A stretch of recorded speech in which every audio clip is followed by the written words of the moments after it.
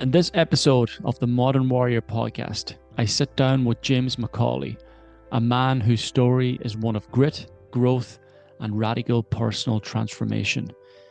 In his earlier years, James struggled with alcohol addiction, and this led him on a journey of self-healing. He has traveled almost the whole world around to try to find himself. In doing so, he stumbled across several healing modalities such as meditation, yoga, and breathwork.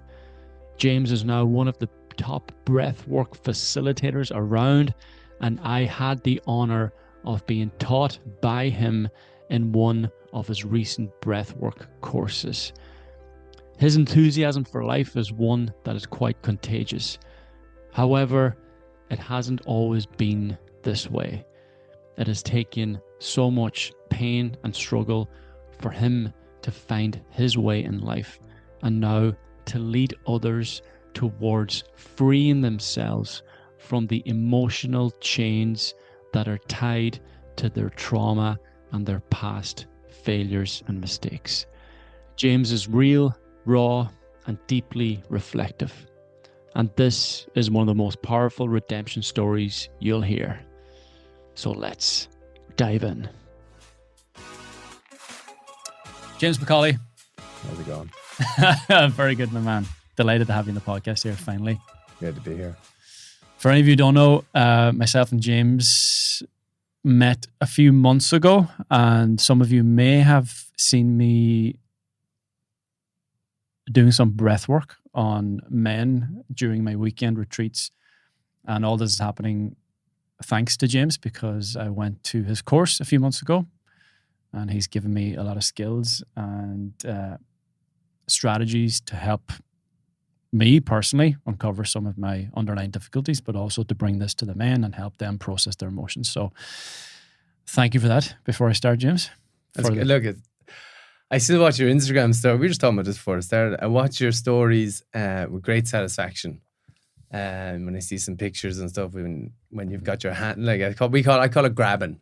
Do you know? When you've got your hands on a man and you're like helping him release, I think, look, we're evolving slowly but surely. Like, I had two men in a training there this weekend, and one, like Keith Dixon, who's a coach, and another guy, Aaron. And it's largely, there's 36 people, but it's largely women at these trainings. It's increasing percentage there. And it's so satisfying to see another man willing he's like, and Aaron volunteers, I'll get on Keith there, and Keith is, I'll get on Aaron, I'll get on, he's up, we're hammering each other, And I was thinking, geez, I never thought I'd see that. If you told me like 10 years ago you'd be coaching men to grab other men and to release their deep-seated trauma, like, oh, would you? People listening to this going, what the fuck? Where are these guys going with this conversation? Grabbing men, going deep. What the fuck? But it's again, it's amazing what I've witnessed doing this breath work with men and how they've been able to release their unprocessed emotions and just unlocking that, and to watch the incredible fucking relief that they feel afterwards. Most of them not even knowing that they've been carrying this with them for so many years, until you go deep within. Sort of, can you give us a bit of an insight in terms of what happens in that process on a biological level? Yeah, I can. That's what I do, isn't it? It is. So largely, although there are many names for the type of breathwork that we use transformational breathwork or holotropic or rebirthing, it's controlled hyperventilation. Hyperventilation lowers the level of CO2 in your blood, changes the level of pH, and along with all the hormones that are released, because you're activating the sympathetic nervous system, you change the way the blood flows to your brain. So it stops flowing to your frontal cortex. It's called transient hypofrontality, fancy word. And it goes to your limbic system, another fancy word. That's where your memories and your emotions are stored. And so you shut down the monkey mind, if you want to call it that, and you activate your feelings. And essentially you connect with your body. And so what happens with a lot of people, and particularly men, but in our society, is that we shut down our connection with our body and with our emotions, and we repress them. And our rational mind is kind of there, overactive. Protecting us from knowing that. And people, when you're doing the breathwork, you go, I suddenly felt pain here. It's not that you suddenly felt the pain there. That pain was there all along, but you decided, your nervous system decided, it doesn't serve me to feel that anymore. And so it's like a bomb of hormones going off with this activation of the limbic system, which leads to some of these releases and experiences, which, you know, are wide ranging and different for everybody. Mm-hmm. Yeah. And you could go through this experience numerous times, and every single experience will be completely different because you've sort of deactivated an energy source where there was pain stored. Yeah. I mean, first of all, you're always a different person, right? Every time you go back and it's a different context. But also, what I find happens, and you would have seen this as well in the training session, is that let's say you're carrying around a lot of emotion around a certain idea or memory or in a part of your body, and you release that and you cry and you scream and it's gone. And oftentimes, either during the journey itself or the second time someone has a journey, they'll go back and they'll go back to that scene. They'll be expecting to cry and roar and scream, and they'll go back to the same scene and they'll see the same scene and they'll laugh. It's one of the most beautiful things, actually, when someone cries, and then they start laughing because what held such emotional charge for you, you look at it and go, geez, why was I so worried about that thing? That's just gone. And so you're releasing things, and it's a different trip every time, and it's different depending on context and what you're feeling, but releasing those charges little by little, or sometimes a lot at the same time, it's very satisfying as a facilitator to be involved in that. I mean, I have this online course. I was talking to my students yesterday, and they were talking about feeling the ego of being the breath worker, you know, because you have this like, oh yeah, I'm the breath worker. God-like concept. Yeah, exactly. And there is an ego element because there's so much dopamine being released. But I reframed it a little bit and say that it's just satisfying to be involved in something that you can see the results of that energetically unfolding in front of you. And the person comes back to you and says, things like, I looked at myself in the mirror and I saw me again. I get tingles thinking about it because I get that kind of thing a lot. And facilitators, you'll have had conversations with the guys you're working with, you know, things like that, people reaching out and saying, that was unbelievable, thank you very much. And I don't think it's so much ego as just a sense of agency going, thank God I can actually do something useful, because it's good to talk, as we know. And therapy is good and all these things, but having such a powerful tool and being involved in it, it's just really satisfying. Do you sort of undermine therapy or talk therapy when you have this strategy that you feel is a lot more powerful, or does therapy, you feel, play a part in the grand scheme of things? I have I've quite a few therapists on my training courses, on both the online course and the weekend course, and I asked them this as well.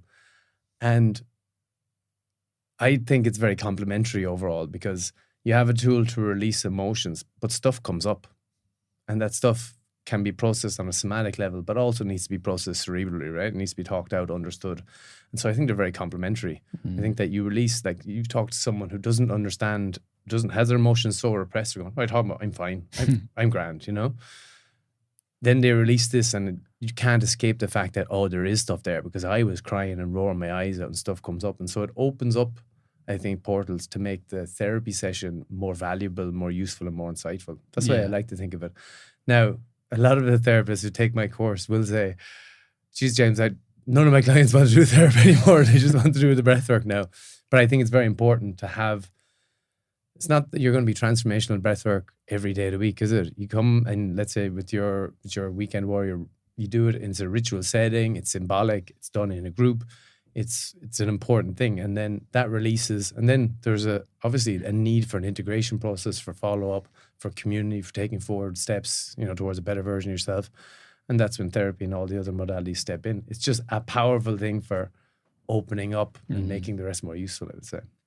Yeah, almost as though talk therapy can bring you to a certain level where you then hit a ceiling, but you know there's something more in there to be accessed, and then the breath work can open that up. And then as it opens that up, it opens up something more for you then to process through therapy or talk. Exactly. And then, because it's also very confusing, I'd imagine, for a lot of people who go through breath work and then something opens up there that they weren't even aware of. And as maybe relieving or as satisfying as it may feel, especially at the beginning, there's also a sense of confusion in terms of, oh fuck, I haven't dealt with this properly, or this has been a pain in my life. So, and this is deep, and this is, exactly. You open up a portal into themselves, and they go, all right, that's massive. That's a thing I can't ignore anymore. Like, that's something I need to deal with. And it can be bewildering. And even it doesn't necessarily always need to be a huge transformational breathwork session to do that. You know, sometimes just having somebody sit and bringing awareness to their breath can open up a bunch of stuff as they connect. We call it interoception, right? Just connecting with your internal bodily signals can also be an unsettling process, because you realize, shit, my breath is up in my chest, my hands are shaking, I've got a lot of tightness around here, here, and here. And so oftentimes, I think sometimes even the more intimate one-on-one, just basic breathwork coaching can be almost as powerful as these huge explosive things, because you're working with subtleties as well there. Yeah. And again, those need to be untangled. I've finished, I have this online course, and we finished 8 weeks with the course, you know. And obviously in this course, the facilitator's doing a lot of breath work and they have a practice client. But they'll feel like since week 7, and I'm saying, yesterday I sat down to breath work and I felt a whole bunch of crap inside me that I thought I was over. And I was like, there's nothing you get out. Yeah, you can't hide from this shit. You can't hide from it. And you're unraveling bits, and your nervous system is adjusting and playing catch up with itself. And so it's an ongoing process.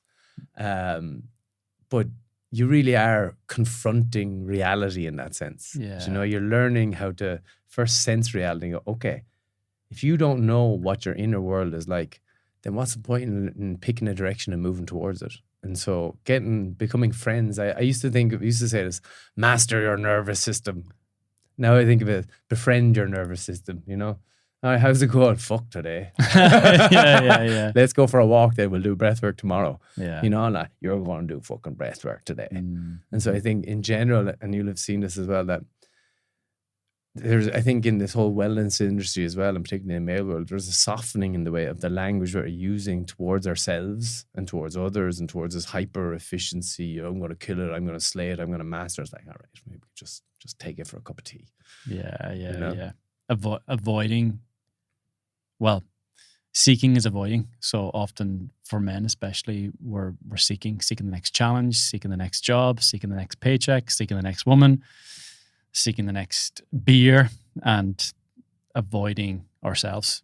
But I feel the breath work brings all that attention towards ourselves. And then you begin to realize, oh, fuck, okay, this is why I'm running away from myself. Because it is an opportunity, as I see it, through these weekends, and as you see it yourself, of course, when you're going through that breath work practice, you are by yourself, with yourself, 100%. And of course, you know, that might sound overwhelming to some people or scary for some people, but of course you've got someone there who's guiding you through this process and looking after you. And yeah, I would say you are, like, I think of it more like this, that, and this is why the group breathworks are so useful, is that the facilitator and the other people in that room are, in a sense, they're almost donating their energy and their nervous systems to your experience. So you're by yourself, voyaging inside yourself, but you're propelled by the power of all the other energies around you. And I often think as a breathwork facilitator and as a coach and things, you're donating your nervous system to somebody. You're saying, here, you need to go deep. I have some spare capacity right now, and I'll give you some of this, and that'll be your rocket fuel to go deeper inside of yourself. And that's why when you finish the breathwork session, even as a facilitator, you're like, they'll be wrecked, but you'll be wrecked as well. Yeah. You're like, give me that back. Fucking exhausted. Yeah. It is exhausting. So to sort of park that for the moment in terms of what's happening right now and how all the good work you do at the moment and the breath work, how did you find this place, or how did this place find you? How did the breath work find you and become a massive part of your life? I think it's a classic one. In many senses, it's a classic one. I had a couple of advantages. So 15 or 13, you know, in 13 you start drinking. There you go. 13. So I would say that I was quite a bookworm. Hit 13, 14, started drinking. That took over. You were bookworm up until 13? Yeah. Okay. I was kind of reclusive, just reading a lot. Wasn't Well, really enjoying the social interactions. And big into school, or were you? Not school per se. I was usually intellectually driven. Now when I look back on it, I think that intellectual curiosity was almost like an escape for me to escape maybe some emotional stuff that I wasn't able to deal with or wasn't feeling belonging or connected in some ways, and I escaped into my mind, into my imagination. Okay. And also, Very good. Yeah. Small talk is awful. Yes, indeed. I hear you. And just in the way most people are escaping through their screens in the day, you're escaping through Brooks. Yeah. But there was a curiosity underlying that as well. Mm-hmm. But at the same time, yeah. And then I found alcohol. That drove everything for till I was 22. And then I had multiple. Everyone says I was drinking, but like I flipped off the bridge in Enniscorthy when I was 15, 16 maybe. First my kidney. Flipped off the bridge. I was sitting on a bridge eating a bag of chips, Drunk. out of my mind, drunk on vodka, and I actually fell off the bridge. My friends dragged me home. You fell off a bridge? What are we talking? Enniscorthy Bridge. Height-wise? Enniscorthy, the old bridge in Enniscorthy. It's high. Right. It's high, but I landed on the bank. And Fuck. my friends dragged me home. And I woke up in the morning. This is one story of many, but I like this one. Yeah. And I come out and I look around and I see that there's literally like, it was like a murder show or something, there was a palm of blood running up the walls as I made myself. And I go, how am I going to clean that before mom and dad wake up? I go to the bathroom, I'm peeing blood, and I go, I'm not getting away with this one. And I go into my parents and I'm like, yeah, man, think I fell off a bridge, I'm not sure. The boys dragged me home like 1.5 kilometers out to Clonaston. No one ever told me then to stop drinking, by the way. You know what I mean? And I had multiple. I fractured my skull a little bit. I jumped out of a moving taxi. I fell in endless. All in your teen years? All up until about 22. It was wild, Was this an addiction to alcohol? If you look back at it? Yeah. I would say. I mean, it's more than like just it's similar to like, once you start, you can't stop. I wanted thrills. I wanted drive. And probably I was bored out of my mind of the normal types of conversation you're having. But yeah, running my family interesting. now. Yeah. That was quite similar to my own I think alcohol journey of once I stop, I don't give a fuck what happens. I'm just going to drink until 8 a.m. and till you're all whatever by yourself fuck. wandering around some random city in Asia. Oh, fuck yeah. In Asia, yeah. And so How did I get to Asia?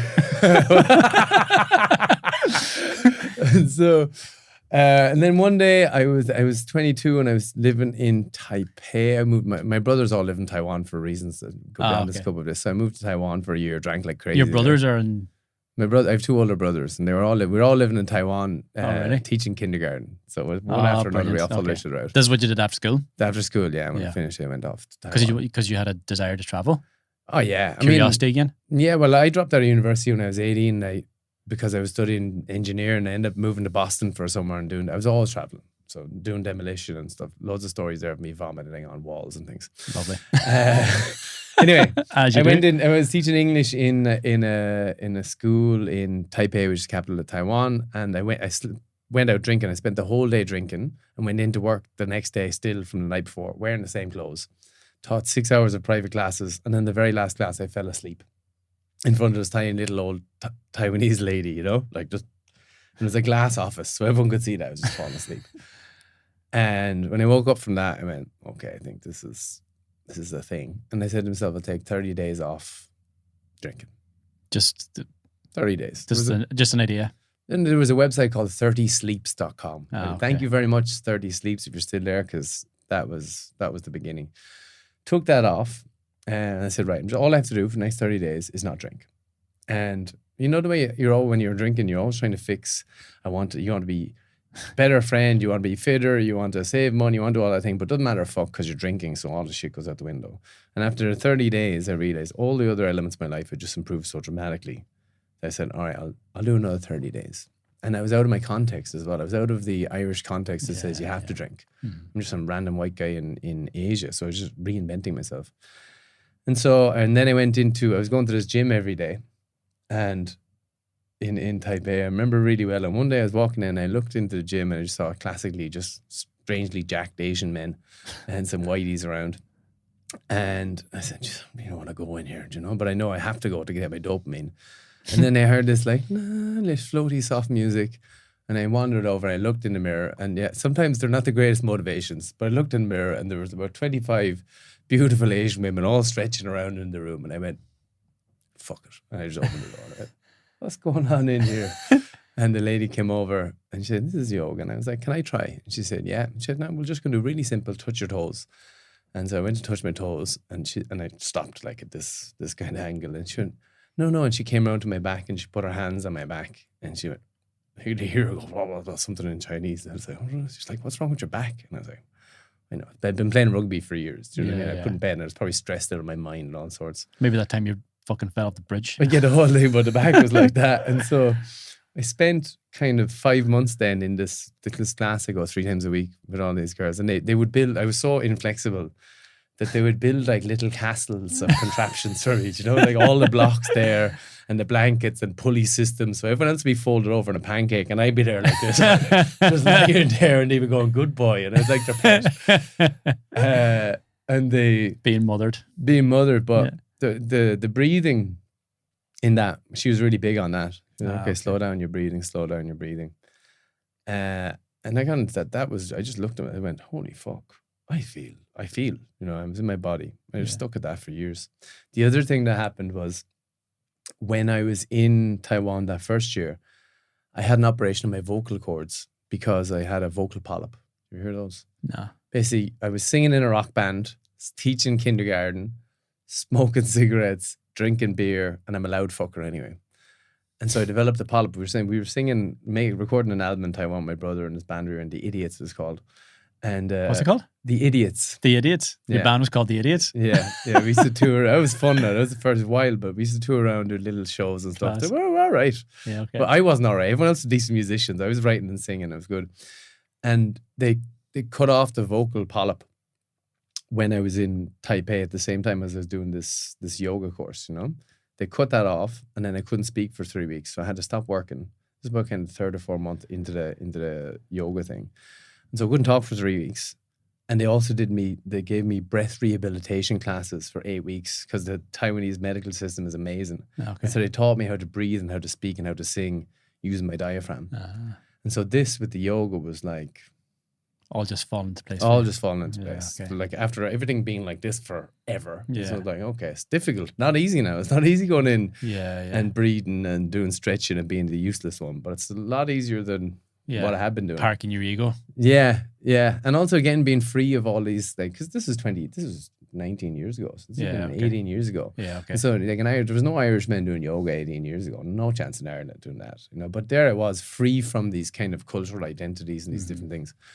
And but I was still struggling because you rely on your identity. You rely on how do you get your release? How do you talk to people? I didn't know how to do anything. I didn't know how to talk to anyone anymore.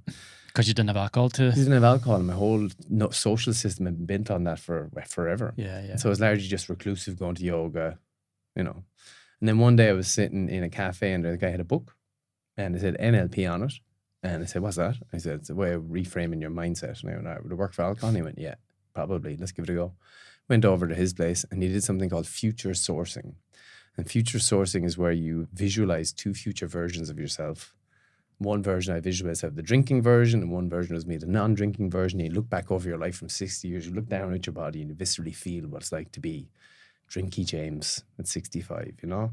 No money, shitty relationships, fat realities, you know, fat as fuck, if you're still alive, which I doubt I would have.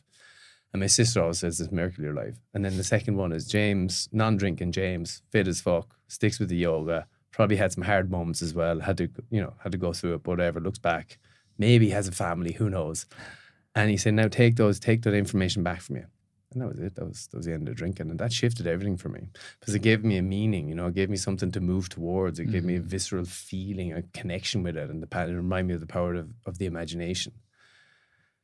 So that was kind of, from then on, I just went on exploring all that NLP, hypnosis, the physical stuff, all that stuff. What about the social game? Social game, to be honest, not great. In the sense of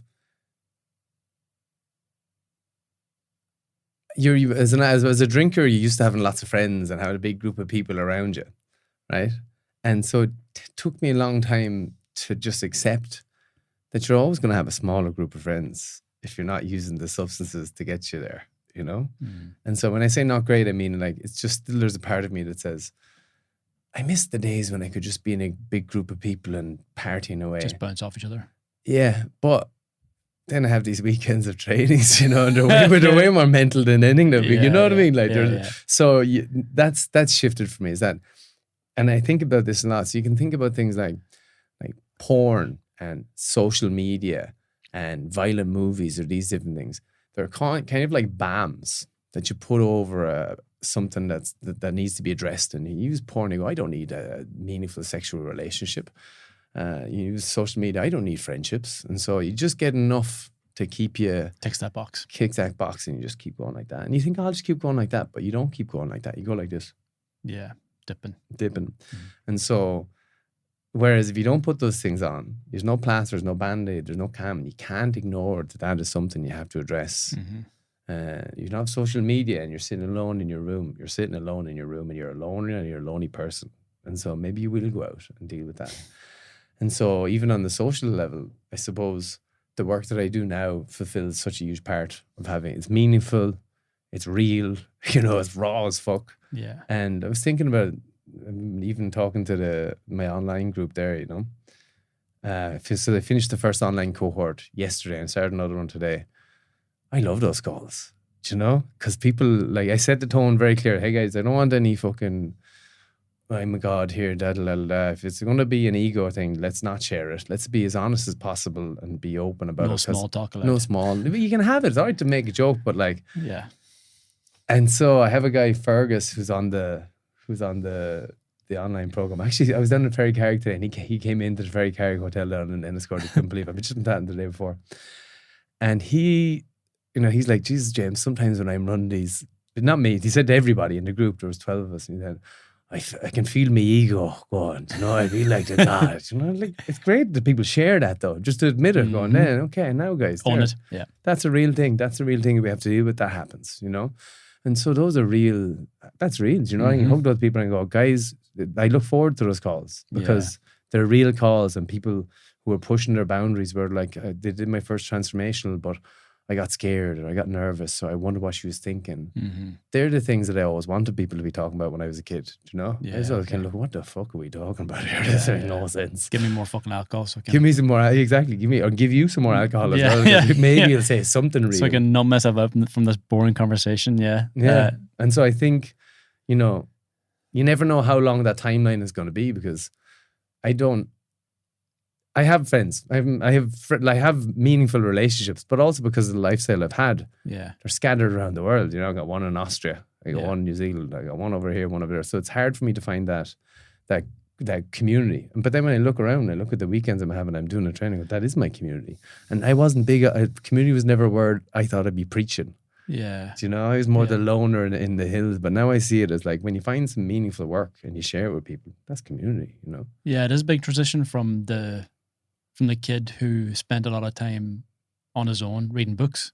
Yeah. To now being this guy in a room full of people. In Ireland as well, though, is the thing. I mean, a few people say, it's one thing doing this work.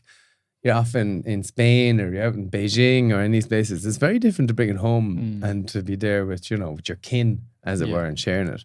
And to be real and raw and honest. Real and raw and honest, yeah. It's been, honestly, it's been really, You find it more challenging in this country, obviously. Nah, I thought I would. But you get more pushback. You get more criticism or death stares thrown towards you. No, this is an interesting one. Because again, you are a very outgoing but that's the person, and you do have a high level of energy. In this sense, so this is slightly different. Yeah. I remember a few years ago, I came home and I used to dress like all sorts. Yeah. And I remember I came home a few years ago and I was walking down my block and I was doing, I dancing when I'm walking sometimes. I do a whole lot of weird stuff, but I was dancing. This is my music. And I heard teenage voices on a bike and the freeze instinct kicked in. I said, oh, teenagers. And then, no. You know what I mean? Those types of things are still there, and they still flash through me. Those types of things when I'm out and about in Ireland, but I've kind of outgrown it largely at this point because That's a massive thing, man. Because of the work that I do is real, because it's no like. If I was just some fella, if my work was just about making myself look cool and going, yeah, then I wouldn't be all right with myself. Yeah, of course. But because, I'm there in the trenches in a sense, when there's real people going, I'm going, no, this is real. Like, this is stuff. There's definitely stuff here. I've no doubt about it. And the thing I find about Irish people a couple of things. But like, we're great once the general consensus shifts that something needs to shift, then it moves. You know, you think about abortion or gay marriage or any of these kind of things. No. Oh, 51% of people believe, yeah. Then everyone goes, granddad, we're all like that. Yeah. Same with emotional release or the need to talk therapy. When I started doing this a couple of years ago in Ireland, I thought, geez, they're not going to go for this. I was way wrong about that. They're loving it. They just need, like they and we, you need permission, you need a platform, you need a structure, and you say, here, this is what we're doing. We had 36 people at the train this weekend in Rat Mines. And you know, some people have never touched another body before other than their significant other. I've had a few people saying that to me, but you give them within 2 hours, you have someone sitting on someone's chest, banging on their head, but you know, holding them as they cry. And they're all delighted that they got the opportunity, you know?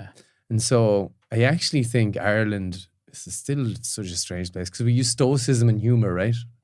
Those are our two weapons. Or two defense, you know, I'll be grand. Protective mechanisms, But they're actually still great. They're great mechanisms. If you can give access to some deeper stuff and some sharing there, people will go for it because they're aware of it. We're not dumb, you know. There's a certain point you go, look, this needs to be done. You feel there's a shift then, so in terms of people dissolving the shame to go deeper within the pain. Yeah, I think so, and I think. I see kind of these arcs, but my similar arc, and probably an arc that you've been on as well, that you have the sensitivity and the shame, then you find some sort of substance or some sort of addiction that covers that up. Then you might shift out of that. In the first place, you started with your body and you start working out and you start eating well and you say, okay, I'm getting better. This makes sense. And, you know, you get to a certain point with it. Then there are two potentials. One, you just double down on your body and you become obsessed with it. It becomes your identity. It becomes your identity and it turns into a version of the other thing. Because you receive so much validation and praise and because respect. It worked. And because it got you so far. And then you keep pushing and trying to do another push-up or another pull-up and trying to get another 1% on. But the marginal value, and it's like the additional value you get after a certain point from getting fitter isn't there. In fact, it turns around and bites you in the ass because you become this obsessive motherfucker that no one wants to spend time with because you're painful. You know, and I've been that guy as well, by the way, like for a while. Both. And then I think there's maybe there's a shift, like an intellectual shift where you start, exploring some different things. And then I think there's this, ultimately you're led to this, all right, there's an emotional world in there that has to be dealt with. There's a community element of that as well that has to be dealt with. And I need that sense of connection and I need to understand myself and I want to connect with myself and with other people. But it's not as easy to go and do that. It's not like I can look up a YouTube video and it says, here's how you deal with your emotions. You're not going anywhere with that. And that's why this sense of community is so important. Because you feel safe. And you have to feel safe and people have to be present. And there's a lot of what I teach in the courses about how to make people feel safe, how to show you're present, and then to kind of push people or to guide them into feeling I call it courageous curiosity, to just be curious. What the fuck is that? I have moments here in Ireland, by the way, that I can avoid all sorts of shit when I'm traveling around and running my workshops, and then I come back to Ireland and I go, oh, there it is. He's over there. The voice or a little fragment or a memory from me. Oh yeah, comes back. Back. But I think Irish people are great once they grasp something that this is important, and they're great fun, like great community, like really just good people to be around. We're definitely missing that. Yeah, we've lost it. But it's there still. It's in our nature. I've been running these weekend trains and they've been amazing. I'm blown away. And there's no bullshit here. I'm blown away what fucking good people they are, and how decent they are, and how open to stuff they are, and how much they're ready for it. And so for me, it's just huge. I think I'm on an emotional level. I thought about this yesterday when I was driving back. I was going, my God, I actually have a community that is based on the values that I find important and interesting, and we have really meaningful conversations. There was a girl there on the last call, and we had the call. I was visiting my sister in Kilkenny. We had the last call of the online program, and it was really nice, And I drove back down from Kilkenny, and one of the girls just sent me a message saying, "Hey, after that training, I was driving home and I was full of bliss and loved out, and I was feeling what a great life. And then I saw my neighbor, and I knew his dad or his family member had passed recently, like 2 days ago. So I pulled over and I just gave him a big hug, and I sent him all. I get shivers now. Send him all the energy I collected from the weekend, and he said, you know, you must have come out of the heavens to give me a hug because I can feel all this. I can feel such love in that hug. He said, you know, I started crying. Wow. I drive me man's car down from Kilkenny to go home to my folks, you know. Start crying. And I go like, and you know, I went, brilliant. That's the power of it. Brilliant. I'm crying. Thank fuck for that. Yeah. Do you know, like, because how often do you cry? You know, like that something comes like that. And so look, I could say so many things, but like Ireland is fucking great, ready for this shit. And you know, you'd find yourself, you know, you take these men away for these weekends. You're like, thank you very much, please. I need some of that. That's an amazing shift culturally as well. That's for men, especially for men, yeah, for men. How do you compare it then in terms of? I mean, you do a lot of traveling around the world. In terms of where we're at as a culture, as a society, as a society that's willing to heal, that's willing to open up, compared to some of these other places that you've visited? Look, I remember I when I first ran my first session, because I avoided Ireland with this stuff. Do you know what I mean? I was like, I don't know if I'm going to do this in Ireland. Because also for me, it's touching on stuff. Yeah. And I ran my first session down in the Ferry Carrick Hotel. Hi, Lena. She's amazing. She runs the centre down there. And I was like, all right, let's do it. And we sat in a group, and it must have been kind of 14, 15 people there.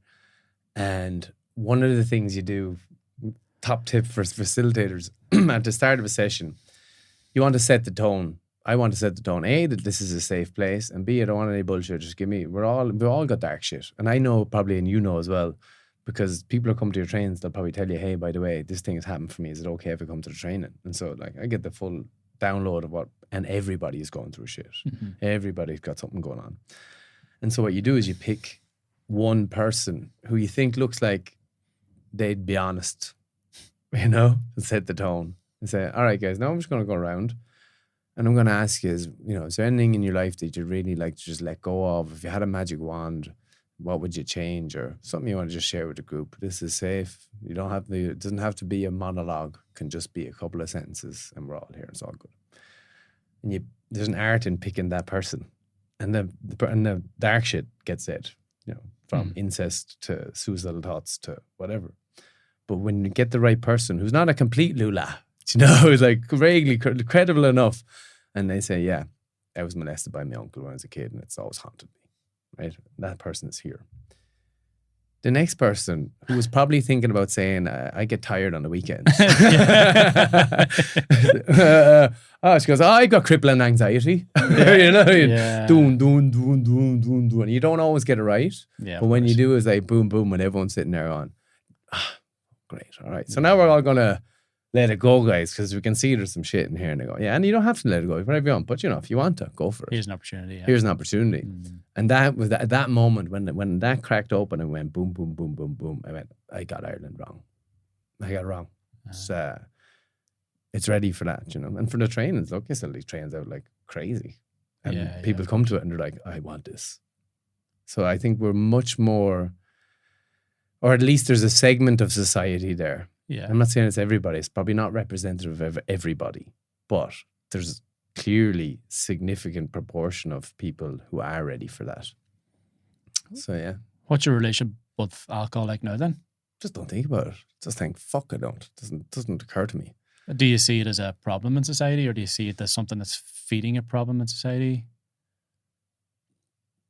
Overall, it's hard to. I'd say it is a problem. Just in terms of all the drugs, it's the one that takes the toll the most on your body. For that, it's probably the one that leads to lowering of inhibitions, but doesn't give you any other benefits or insights, really. And it's the same thing as alcohol means you can lower your inhibitions and go, woohoo, I'm wild. And then you don't feel the need to express yourself during your week. It's like going to festivals. People who just go, no problem, I love fucking festivals. But if your festival week is the time when you go wild and you express your true self, and you spend the rest of the 51 weeks of the year not doing that because you have this, and you have your 1 month, us older boys now, the boys go once a month, and they get hammered. And it's just the toll it has physically as well. I look at the boy, look, I've been blessed now, I'm 40. and have been drinking for God knows how long. And so physically I'm in great shape just from that alone, let alone all the other stuff. Whereas you compare it to anyone else at 40 who hasn't got the alcohol under control. It's tough. You can certainly see the difference. You can see it. You can see it in them. So yeah, overall, and and of course, I still have these associations of like, because I was wild and I loved it. No one ever wanted me to stop drinking. No one ever wanted me because I was great crack.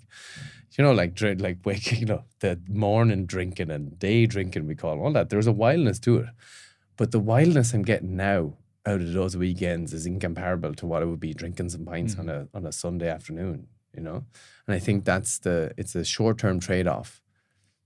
That you trade off the easy highs and then but it forces you to build something meaningful. I hear you. What do you think about that?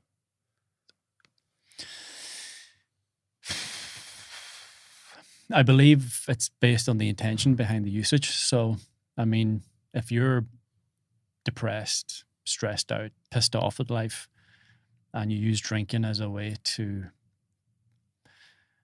express that or project that or release that, then that's an unhealthy use of the substance.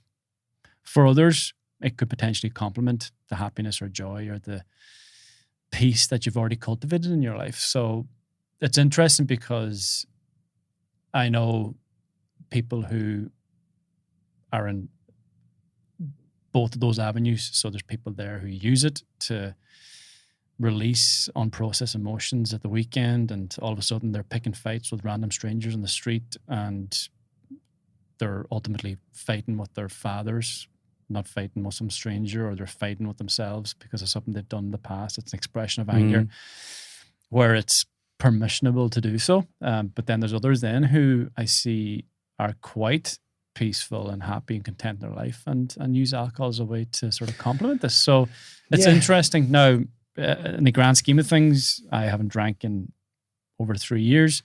I have no interest in going back to it because to me, alcohol is an absolute energy drainer, and oh my God, I'm very protective over my energy in terms of how I use it, how I express it,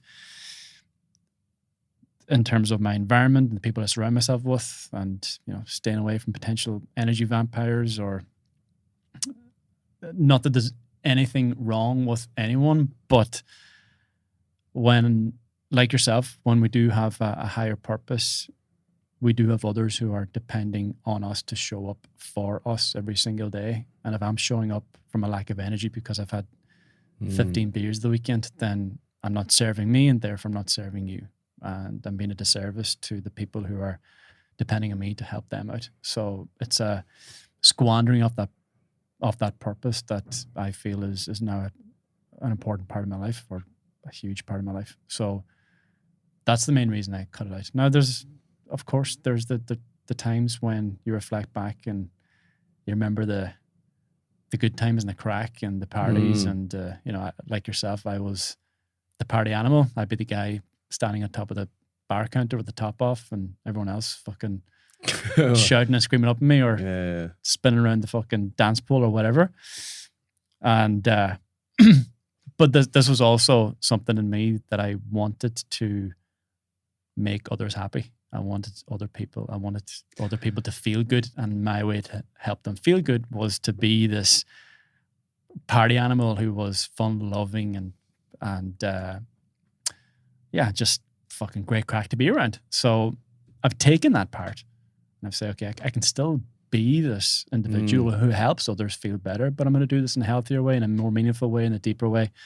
And this is a huge part of why I do the work I do today. But it's, of course, it's much more depth than that. It's not just a one night thing. And I think very interesting that we have a similar background with that, because you all will be, the people pleasing thing is very interesting.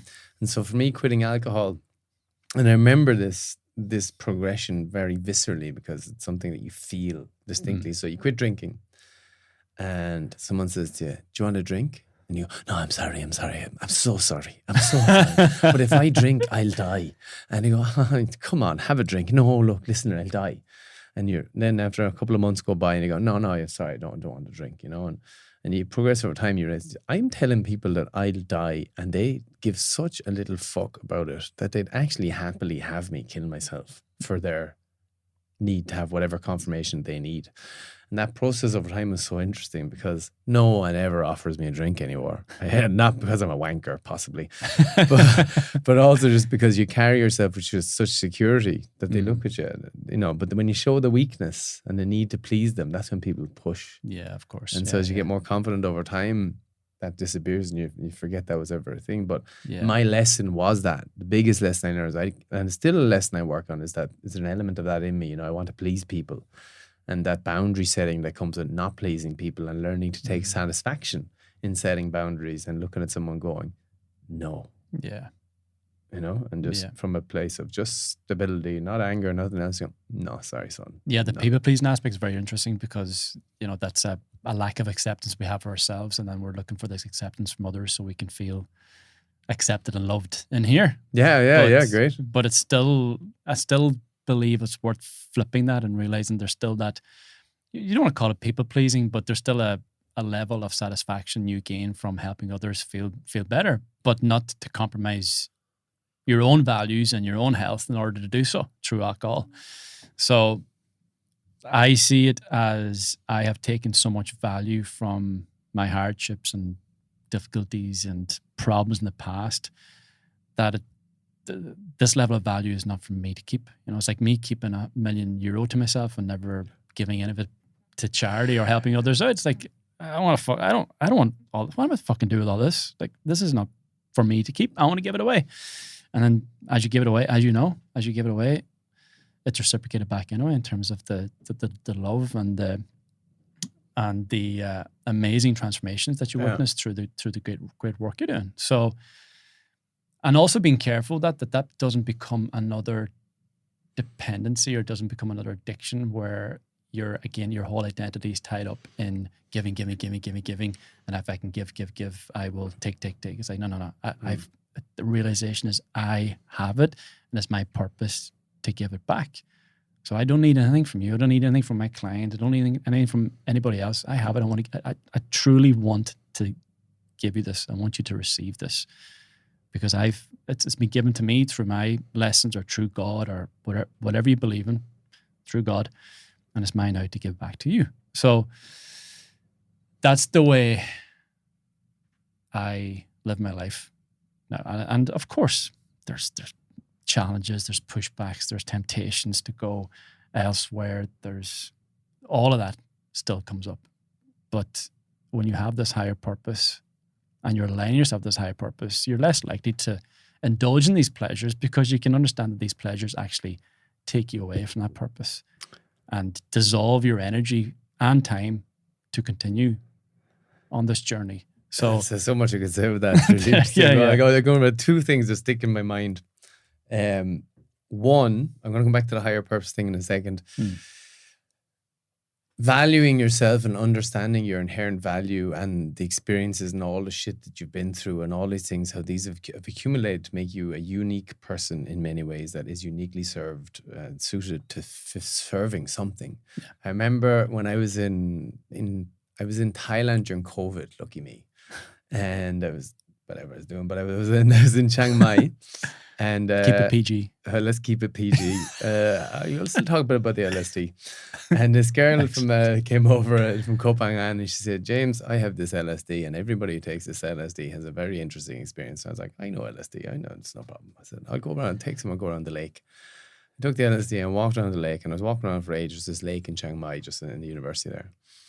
And I just walked around and then somehow I felt like inside myself, and this isn't like an ego thing, this is like, I am a prince in the sense of all these experiences and all these things and energies and things that I've been through have created this unique store of value. And I should treat myself like a prince or whatever and treat others as if I were a prince. And because I felt for the first time, and I think I've always not been able to recognize your own value, this feeling of not being worthy. You know, and I use this prince, you can take it out of context if you want, but there's just a way of expressing that. A man of value. A man of value. But then in that state, that's what it came to me. And and do I treat myself like prince? I do not. And do I treat other people as if I were a prince? I do not. And I think bringing people back to that feeling of their inner value, that's it. That's one thing, is to recognize your darkness and to release those things. And we do with the timeline therapy and these different things. It's literally that. It's like you have value, and you are the one who has to recognize your value, not the people outside of you. I think that's a big part of the work. One is ripping down the walls, and then building back up and saying, "Hey, there's a lot of good shit in here, and you can take that." And the second thing you're talking about, purpose. Remember in the training we did this Dill's logical levels. You know, the questions that you ask your partner, where you go from environment to behavior to skills to values, and on top of that is purpose. You know, what are you here for? Because once you've helped somebody understand what they're here for, define it, to make that I'm here for this, and then that can change over time. Yeah. But if you can give somebody that sense of purpose, and I think that's a lot of your work, I'm sure, is based around that idea, right? That the other stuff kind of, you know, I was saying, this is for you very clear, that, you know, I have this purpose. I want to help men, you know, discover their true selves, whatever your version of that is. Then all the other decisions that you make are based on whether that's moving towards your mountain or not. And then the other things make sense. If you don't have a mountain, so why not fucking drink your face off? What does it matter? You wake up in the morning, you've got nothing else planned anyway. It's all meaningless crap anyway. And that is also what shifted for me. And very, you know, recently, even the last couple of years, like, all right, look, I actually have value, and I have a mechanism and a way of giving that value to people. So then, of course, I'm not going to fucking have 20 Sabotage points. that. Yeah. Sabotage that. No, you will sabotage it in some ways, because self-sabotage. We are human beings after all. We are human beings. And also in terms of like the ceilings that you push, you know, your ceiling is always here. And you've built a lovely ceiling. Oh, this is my ceiling. This is where I go. That's a form of self-sabotage in many ways, you know, because you don't allow yourself to think bigger, to think broader, to think of more impact as you do. And that's also the Irishman is. Yeah, you know this story? yeah. I love this story when I explain Irish people. Someone says, what are Irish people like? I'm not a great crack, da, da, da, da. And I said, I'll tell you a story. An American looks at a man on a hill with a beautiful wife and a beautiful car, and he says, I want to be that man. An Irishman looks at the same man on the same hill with a beautiful wife and a beautiful car and says, I want to get that man. Now that's changing. But that explains for me a lot of our childhood in school. Who do you think you are? Michael Jackson. Yeah, I get you know, that stuff is still there, but that's shifting as well. And watching men being open and vulnerable and saying, well done. Yeah. And meaning it. That we're not on competition with each other, that we're... Yeah, having men supporting men as well, it's crazy. Yeah. Because you remember all the stuff in school. I remember you were up in school in the north, because, you know, with different accent. I was but in people, Donegal, Donegal, you know? Worse again, different man. accent, but still people saying you faggot. Yeah, Who do you think, Gary? You think you're great, don't you? Of Oh, course. we'll all wear our blue jeans and our Brill cream and our blue shirts. Whatever, I'm sure. The Brill cream back in your days, but I'm sure. Yeah, I wore it. Yeah. You know? Trying to fit in, man. Trying to fit in. Yeah. Fuck, man, we could go down a rabbit hole there. Yeah. we all were all just sitting here looking into the past, thinking about it. It just came up on in the training where the girl they were talking about. There's a thing I say in a lot of trainings, is like, in order to change a man, you need to change the audience he sees himself playing to. And understanding that composite of who those people are. Who are you living your life for? Yeah. You know, and we're all living it for our parents to a degree. By default, our family and our cultures. And a lot of us are living it still for the school kids who are bullying us or bullying everybody, and all holding each other in check, calling you a spastic and a faggot. And you're like, all right, just wear my blue cream. You know, I remember I was dating a girl when I was 17, you know, maybe 18. That was the first one of my friends probably to get laid. I'm not sure. But I'm pretty sure I was either first or second. And when I was going out to meet this girl, the boys would make me feel like I was, oh, you're going off to get a ride, are you? I'd be like, I'm a loser. Yeah. You got me. You know what I mean? Yeah. It's just indicative of that. While they were going home wanking into their tissues. Yeah, but making sure you weren't enjoying whatever you were getting either. You were crap as well. Yeah. But that's there. And so when you're helping, and I have many stories about that, when you do this kind of introspective work and you realize who your audience is and how it's your parents and how it's not, they're not as cool or put together as you think you are. But helping people first recognize who that audience is. You're basically playing to the 13-year-old boys in the playground. Yeah. Now, still trying to prove something to them. And those people are, you know, those boys are now, and you know, whatever they are. Whereas who do you want to be playing to? First of all, you have to play to yourself to a certain degree, or to, you know, people who you admire, or your peer group, and to create a new peer group whose opinion you actually admire too, and hold them. So I often think of a friend called Kieran, and I used to just literally think, what would Kieran do right now? One of those guys. One of those guys, you know, what Yeah. would he do right now? What would he, and then what would he think if he saw me doing this? Yeah. You know, like that. Interesting. But I respect him, you know. Like, Yeah, all right, well, yeah. let me at least give me a cause, pause.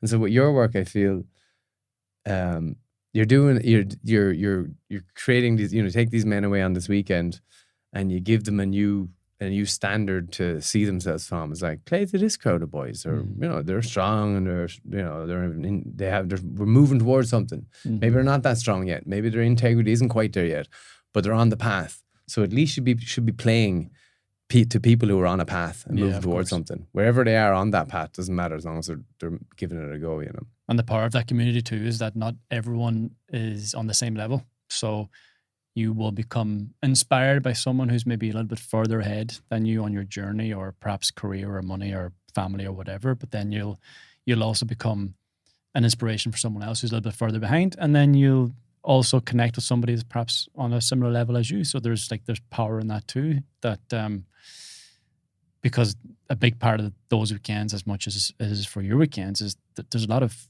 sharing that happens in terms of their struggles, their history, the problems, the pains they've gone through, what's presenting in their life today as an issue. And someone else is listening to this going, oh fuck, like that shit that he went through 5 years ago, that's where I'm at today. And fuck, look at him today. He's so strong and so confident and whatever else, you know, they're making up certain assumptions or opinions. And then they start to talk, and then they start to exchange notes, so there's something interesting happens at the weekends as well, where I'm not the only person leading. There's other leaders as well that start to show up. And it was quite interesting on the last weekend. He may be listening to this, but we went to the sea. One of the first things we do the weekend is we jump into the cold water in the sea.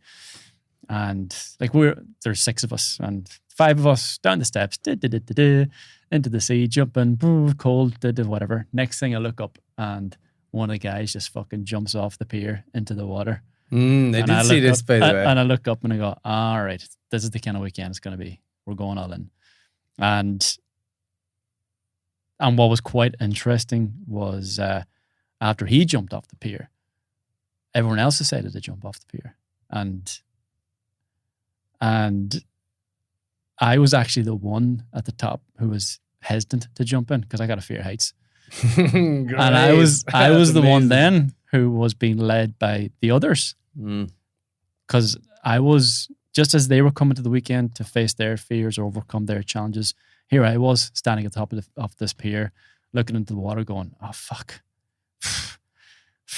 It took me about 5 minutes to finally make the jump. And of course, going through all my strategies, a bit of breath work and leaning into it. And ultimately me saying to myself, look, if I fucking walk away from this, if I don't do it, what sort of example am I setting for these men? If I walk away from something I'm afraid of, like they're not going to trust me to take them through their fears and their difficulties this weekend. So that no matter what happens, and it wouldn't matter anyway, like I'm that kind of guy who just would not walk away from something like this. I've done it many times before. I said, no matter what happens, I'm fucking jumping in. I don't care if it takes me fucking another 20 minutes or I'm going in before I leave. And of course, they're all encouraging me to jump in. And I finally jumped in. And great sense of release and achievement in doing that. But what I highlighted was that there's a guy that's been working with me for 6 months or more. And he was the first guy that jumped off the pier. And I said, you know what? You stepped up as the fucking leader on that day when you arrived at the pier. You jumped into the sea. If you didn't jump into the sea, nobody else would have jumped in. Nobody else would have. There's another guy as well who was quite fearful. Nobody else would have done that. Nobody else would have embraced it. Nobody else would have gone all in the way you did. So you set a standard for the weekend. So that's what I mean. Like so it gives other people an opportunity the weekend to also step up and realize that there's a leadership quality within them, or there's gifts or talents that they have. As I said before, they've gone through pain, they've gathered lessons, and now they're giving back to others who are perhaps a little bit further behind, or you become an inspiration for somebody else, vice versa. So this is the power of it. And I say, it's a great example of the heights. So a couple of things you learned. One, that you can overcome your fears. 2, never do the cold water exposure anywhere where there's beers. We're in Tralee now. One of the things I try a lot with, for example, the online courses is an 8-week course, right? Yeah. And people don't realize how fucking, especially when like I'm the breathwork guru, right? You know, in this thing. So they always kind of, what do you think, James? What do you think? I was like, guys, I don't know all the fucking answers. You're not half of you therapists, half of you like you're fucking very well developed humans with a way more experience in certain areas than me. And what I think is the most sad, there was a moment on the week 7, you know, and it was where I always open up going, someone says, and I said, guys, what do you think? What do you think? And they just started offering, Fergus and Paula. And Paula was like, I'm going to have my first transformational breathwork session. I don't know what to do with, where do I touch them? And then Fergus went, look, men, they store a lot in their, which you'd have found as well, right? They store so much in their chest, you know? And you should go like that. And she, but whereabouts? And he was kind of showing her online, you know, we go around like that. And I was like, brilliant. Because that's very satisfying. Mm-hmm. Like it's the exact opposite of what people think. I think sometimes I want, or you might want as a facilitator. Yeah. I mean, you know, like your ego will go so far. Yeah, of course. But you go, come on, guys, come on. And then at that moment happened. And for me, I was like, I was going like, you co-teach each other, you share, you do all that. And that's what you want, like one form of leadership or another. Where like because I'm not there at all. You know some techniques, and I give a platform. But now we're all here doing our best, and so it is really sad. It's really like those moments, like that'll stick with me. Yeah, just the dissolving that sense of competition again, and even instilling that sense of connection all the and more. also that they had come to, not even I had brought them, but they had come to that level of confidence in their breathwork facilitation to openly in front of others, give some advice in a casual way and say, I do this kind of, I find this works. Yeah. Now, what do you think, James? Like that's what I think. You know, brilliant, because that's what it is. I mean, it's confidence. You want to know the things, and you want to know the science, and know the methods, and the language, and all those things. But it's presence and confidence in yourself. Yeah, you know. That's so much is just presence. You'll find out yourself, just like being with someone, actually being there. With the breathwork, the great thing is you have to be there almost. It's impossible not to be there when people are going through that. You know, like checking your phone. Someone's like, you know? Yeah. And so, Yeah, it's amazing to watch it unfold. Yeah. Was there a moment there in the past where you had this realization of the power of the breath? Because you talk about the yoga, you talk about doing some breathing practices, and of course the breath work that you had to practice whenever you had this surgery. Was there a moment there you thought, fucking hell, like this is actually, because you do with us in terms of the processing of emotions. Like when did this happen for you? Or was that the breakthrough moment, or was there something else that sort of made you realize the power of being in your body instead of being in your head? For me, it was a series of collections of moments that I came more and more into my body. My biggest moments, and breath has always been like this fast access. Yeah. But my kind of, I would say that kind of a pivotal moment actually ties in with a lot of things we're talking about. So I was in Taiwan, I'm 23, and I've done the yoga and I've done all these things. And I go to a Vipassana meditation retreat. Have you ever been to one of those? 10 hours a day, meditating for 10 days, like strict Buddhist style. You know? And so I go in. No speaking for 10 days? No speaking, no looking at people, no nothing. You're just literally meditating for 10 hours a day. Simple food, twice a day. So I go in. It's tough, but it's okay. Third day, I start to think about this flight that I had booked. I had meant to be flying to China, and I started to think about it. Couldn't get it out of my mind. Day 4, okay, you can go talk to the head monk 2 minutes a day. And I go, can I go check the internet? It was an internet cafe at the time. He's like, no. All right, day 5, day 6, it's torture now. It's 10 hours a day, and I've just got this in my mind. I fucked that flight up. I need to check the flight. And he goes to me, and I said, I got to go. And he's like, look, I'm pretty sure your flights are fine. This is an emotional storm. This comes from a deep-rooted problem or issue that you have. And if you sit with it, you know, you're going to learn a lot about yourself and a lot about what's really going on. Day 8. And on day 9, one day before I finish, I said, fuck this shit. I'm not meditating here anyway. What's the point? I've been torturing myself for 6 days. And I wandered off. I left and I said, all right, guys, ciao. Didn't say because you couldn't talk to anyone. Just gotta walk. Just out. Wave goodbye. No one looking. You're not looking at people. Like it's like, I walked out and checked the internet cafe, and yeah, of course the flights were fine. And I had to sit with that then for a long time. I was going, what's going on here? And this is where this idea of the audience that you see yourself playing for, because what does it really matter? This flight, you know, it's a flight. And I realized it came from this fear I had that my parents think I'm stupid, and that they were going to find out that James had fucked up again. Because, you know, I had the reputation as the message. After 7 years of drinking, who wouldn't? The first 14 years of being the kind of like head up in the clouds, distracted by books, you know, smart as fuck, but not exactly impressing people with my, you know, being in the moment. After that, 7 years of drinking and almost dying multiple times. So it was all, I'm sure this came from before that as well, but anyways, geez, I have been pretending that I don't give a fuck what anybody thinks, and I've been pretending to myself that I'm Mr. Hippy Dippy, free from it all. But here I am, when it comes down to it, when I just sit in my body for long enough, the reality of my emotional world eventually comes home to roost. Now, it comes to roost in different ways and in different guises. And this one was just a manifestation of that deep-rooted pain that I have. It's not like you heal these things completely, you know. I notice, I go, oh, there it is again. Mm-hmm. But that was it. It was the power of being in your body and not distracting yourself. And just being there, because you can't fucking watch and you can't talk to nothing there, and it just comes right up. And the only way it'll go out. And that's kind of what the breathwork is. When I did breathwork session, years later I started doing the breathwork sessions, I was like, this is like a fast version of that. That's what that is. This is like that on speed. Yes. Okay. And that was when I realized, okay, so, and I'm not going to host 10 hour, you know, it's not for everybody, but you can give this stuff. And then I was running those, and I was doing breathwork, and I was combining with NLP and hypnosis. And then when I was living in Barcelona, I met this guy, Mario, you motherfucker. Mario, Cosmic Mario, used to work as, here we go, we're going way over PG right now. Mario used to work, literally, he would give cosmic orgasms, right? This is his whole job. I think he says he's fingered 10,000 women, right?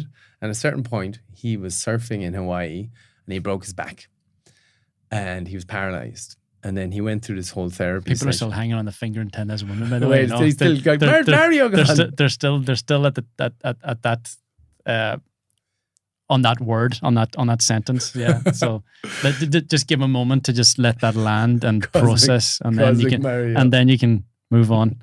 What the fuck? What the fuck did he do? Cosmic Mario. There's women now checking Instagram. Oh, they find him as well. He's a hell of he's a phenomenon. And then this is a form of therapy. This it's for look at for who, for him, or for me, for who?